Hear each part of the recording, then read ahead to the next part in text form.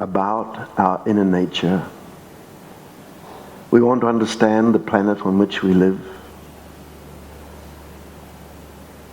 We want to fulfill that promise which we all sense that we have, our potential.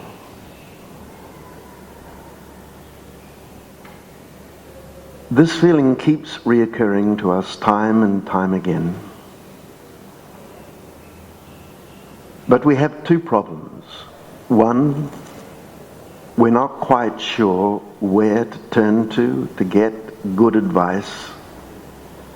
And secondly, we are so caught up in the busyness of everyday living. That's a very real situation.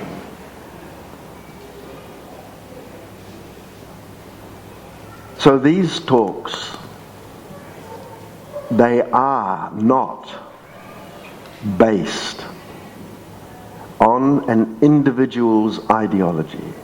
That we must understand. It is not somebody who's come up with an idea and then very persuasively presented their proposal and people thought, gee, that's good, I think I want to be near this. No. This knowledge comes from the time-proven knowledge in India known as the Vedas, the Gita, the Bhagavatam. And this knowledge, the yogis and the rishis and the munis and the gurus and the wise men and women have given great credibility and testimony to say, this knowledge, my experience has shown that the knowledge taught in these writings is correct. So the Vedas then, there is a verse, Nihishasita Masya Vedaha, they are the breath of the eternal. Masters come on this earth to represent, or we ourselves become illumined and we represent this body of knowledge that never changes. That is why it is called Paradharma, a knowledge that never changes. But the questions of who am I, why am I here, what am I trying to achieve, where have I come from, what's going to happen after death, comes to all of us. And it came to myself many years ago, so I went to India to study with a great spiritual teacher. He taught me personally. He said, I want you to become a Swami and go home. Go home and share this knowledge with people, which is what I'm doing today. So, knowledge then, we have to not only appreciate its practicality and its value, we have to learn how to use it in our day-to-day living. This is our challenge.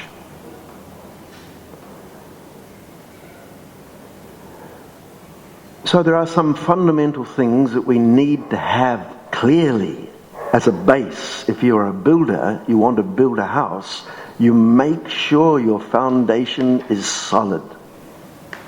Then you can build a multi-storied building on that base. So some core principles, very quickly, because I want to get on to today's subject. First of all, the body. It is impermanent. We know that. It starts at birth, it ends at death, and then its purpose is finished. It can become fertilization in the soil. Whatever it becomes after the Atma leaves the body has done its work, it's finished. Some have the body for a couple of days, some might have the body for 100 years. But it has a beginning and it has an end and it's finished. But the energy within, known as the Atma, the soul, there is a verse, Nasato Vijite Bhavo, Na Bhavo Vijite Sattaha. It says this Atma is eternal. It's an energy that always exists. It enters into the womb, enters that young body that's been formulated in the womb.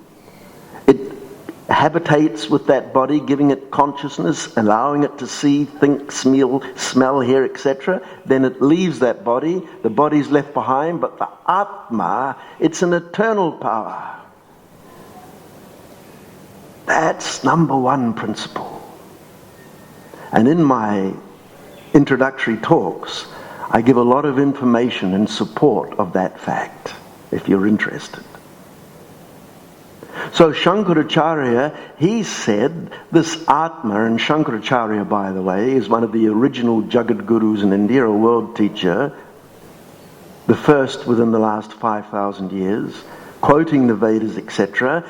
He says this Atma leaves the body at death and immediately enters another body, enters the womb, gives consciousness to that body in the womb, accompanies that body during that birth. Then when it's time to leave that body, which we call death, the Atma leaves that body and again enters another womb, and the cycle is endless. This is an education for you, so don't get too strung up about it. Just go for the ride. Like, you're in this car, the top's back, the sun's shining, your hair's blowing, and you're going, my goodness, what an amazing radio station I've come across today. Just enjoy it. So this Atma is going into multiple life forms again and again and again. Now what determines after death, what determines where this soul power, the Atma, goes? Where does it go? Who says what? How? So there is a verse, Chaitaha kalvasya bandhaya muktaye chatmanomatam.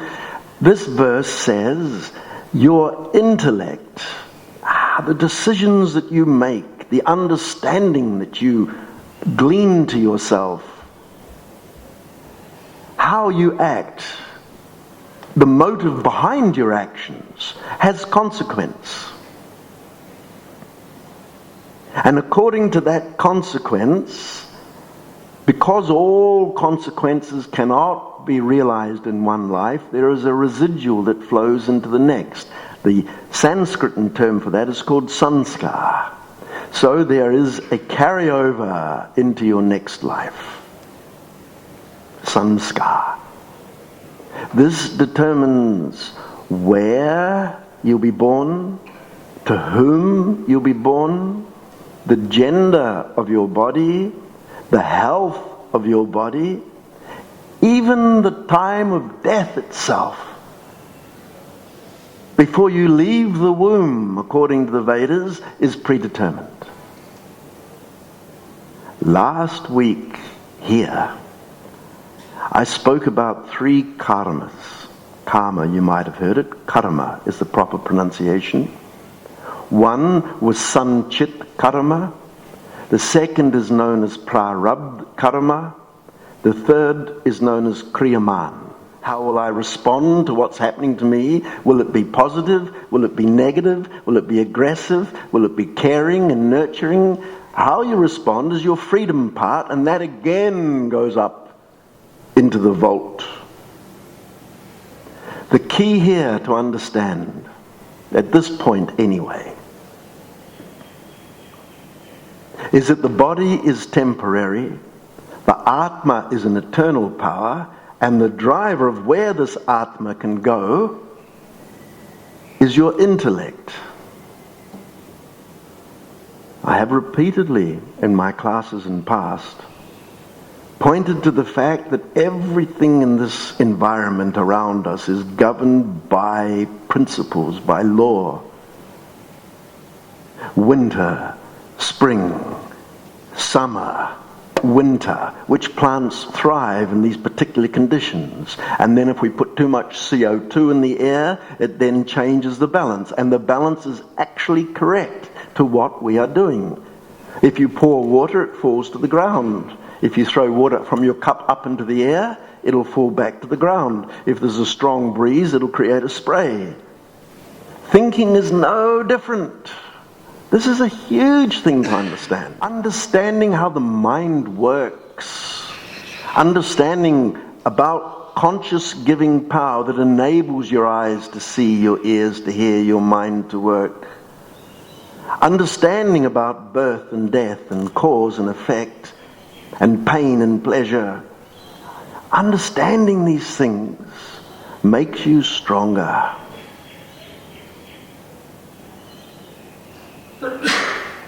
So, the next great principle. The body is impermanent. The Atma is an eternal power. The driver of this extraordinary energy is the mind. As you think, so you become. So you take a new birth by the way that you've thought in the past. Here you are in your new form, yet again. Yet again. Yeti again. Well, why?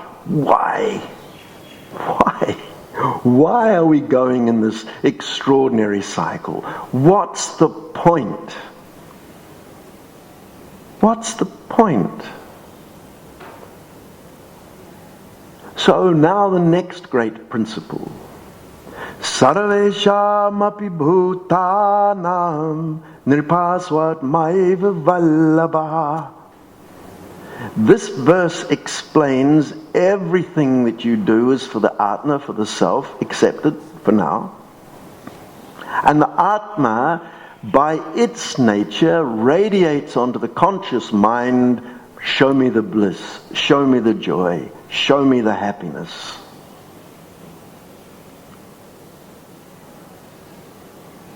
That is why the challenge here is everything you do, everything, and I mean everything, no exceptions. Break it down, break it down. Why are you going to look after your grandmother? She's sick. Why are you going there? She needs me. But why are you going there? I want Grandma to be comfortable. But why do you want her to be comfortable? Well, because I feel better if she's comfortable. Okay. You're going to university. Why? I want an education. Why? I want a good job. Why? So I can earn good money. Why? So I can get the things that I want. Why? So I'll feel good.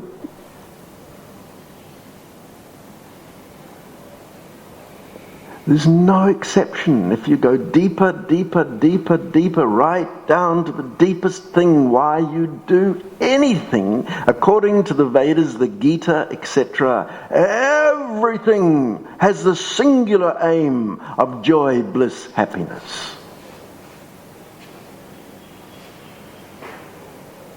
My goodness.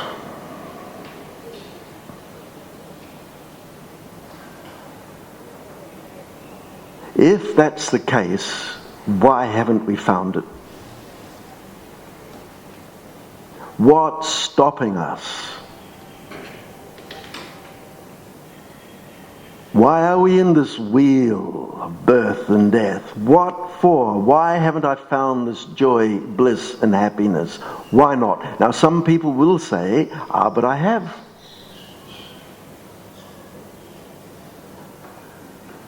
I just built myself a little holiday place on the coast, and I go there in the weekends, I let my hair down, I kick back, I wax my board, I look at the waves, I've got Rover, my pet dog, on the other side, patting my board, patting Rover, looking at the waves. The sun's coming down, my little batch is behind me. Oh, I'm ready, I'm happy, I'm joyous. It can't get any better than that. But come Monday, I got to go back to the big smoke. Why? I got to pay off the batch. I've got to work. I can't just sit there. We can't just sit there. Once I was driving out to Piha in Auckland, New Zealand. It's a lovely beach. As I drove there, I saw about 4 or 5 blokes. And they were seated with their bottoms on this rail. So their backsides were facing down below as you drove past. And they all had these ridiculous jeans on that had slid halfway down their buttocks. So here were these moons, half moons. Boom, boom, boom, boom, boom, boom, boom. And as I looked, I thought, yeah, that's a great sight. But you know, we are not designed to constantly sit with our butts over the banister, drinking a tinny, just looking at the sunset and counting the dolphins and when I'm going to go paddling. We need to do stuff. We are compelled to do stuff. Why are we compelled? Because we haven't found what we're looking for yet. I haven't even got close to it. This verse, Yovai Bhuma Tat Sukham, it gives the definition of the joy, happiness and bliss that the Atma will not let us go until we found it. It's constantly saying, find it, I'm looking. But where are you looking? You see, this verse says the state of bliss and joy that the Atma is a part of. It's a part of this bliss that ever increases.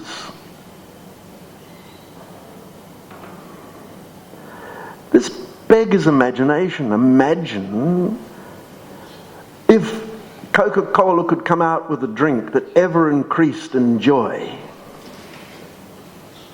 You drink, oh man, that's good.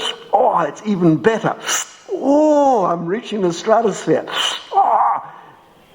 If consumerism, manufacturers could come up with a product that would constantly keep us infatuated and satisfied, then the spiritual nature would be zero. Wouldn't need it. But we don't. So this verse says it ever increases and it's ever new. That death, once experienced, death no longer visits. Darkness, misery, suffering's finished. Who says that? The Vedas, the Gita, the Ramayana, the Bhagavatam, all of these great writings, and the great teachers like Yogananda Paramahansa, Ramakrishna Paramahansa, Jagadguru Shankaracharya, Jagadguru Ramanujarya, Jagadguru Madhavacharya, Jagadguru Nimbakacharya, Jagadguru Sri Kripalu Maharaj. Then there's Rupa Goswami and Jiva Goswami. That's just the East. I can turn around and start looking at the Quran Sharif, start looking at Buddhism, start looking at Jainism, start looking at Christianity. They're great teachers all talk about the same thing, but as time progresses, all this knowledge gets hijacked, gets ruined in a way. Meanwhile, we keep hanging ourselves hanging over the balcony, drinking a tinny, looking at the surf, looking for the perfect wave, polishing the board and rover. So what is this? When do we say enough? When do we say enough? This power that ever exists, rotating in body after body in all kinds of circumstances, I might add, sometimes in a very good environment, sometimes not. Just look around you, see how many different lifestyles there are on planet Earth and pick one. Which one would you pick? I want to be Paris Hilton. Ha! I want to be Arnie Schwarzenegger. Who do you want to be? No, thank you, I'll stay as I am. At least I know my problems. But if you had no legs, no arms, and living in a sack in the busy streets of Lucknow in India, would you still want to keep that life form? You see, this is what it's all about. Understanding about your energy called the intellect, the mind, that rides and governs this power called the Atma, that is radiating on the mind every moment, through every action. Find me the joy, find me the bliss, find it. You see our problem. Because we are all in the same boat. We know it well. This is where we live. And this is where the Vedas and the Gita and the Gurus, if you have the character, if you have the interest to say, I have to know the truth of this, I must know the truth of this, then nothing can stop this knowledge coming to you.